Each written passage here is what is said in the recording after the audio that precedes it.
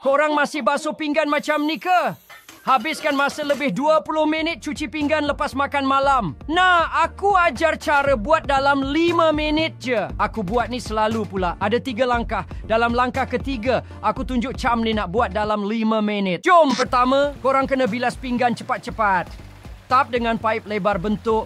T boleh basuh segala sisa besar atau kotoran kat pinggan dalam beberapa saat je. Kedua, korang kena ada cara cepat buang kotoran degil.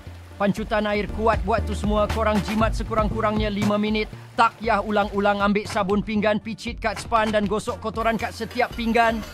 Tip bonus, cari sinki yang ada bekas pemberi sabun terus. Tapi tu tak cukup. Cuci sinki dan keringkan tabletop. Lepas tu ambil masa sekurang-kurangnya 15 minit. Tap air yang boleh ditarik keluar. Dan air yang tenang tapi kuat tahan masa. Jadi air tak tercicir, kotoran kekal tempat dia dan masa korang terkawal. Dengan sinki dapur transformer, korang jimat sekurang-kurangnya 1 jam sehari dari basuh pinggan. Apa tunggu lagi? Klik link kat profilku untuk dapatkan sinki dapur transformer korang hari ni.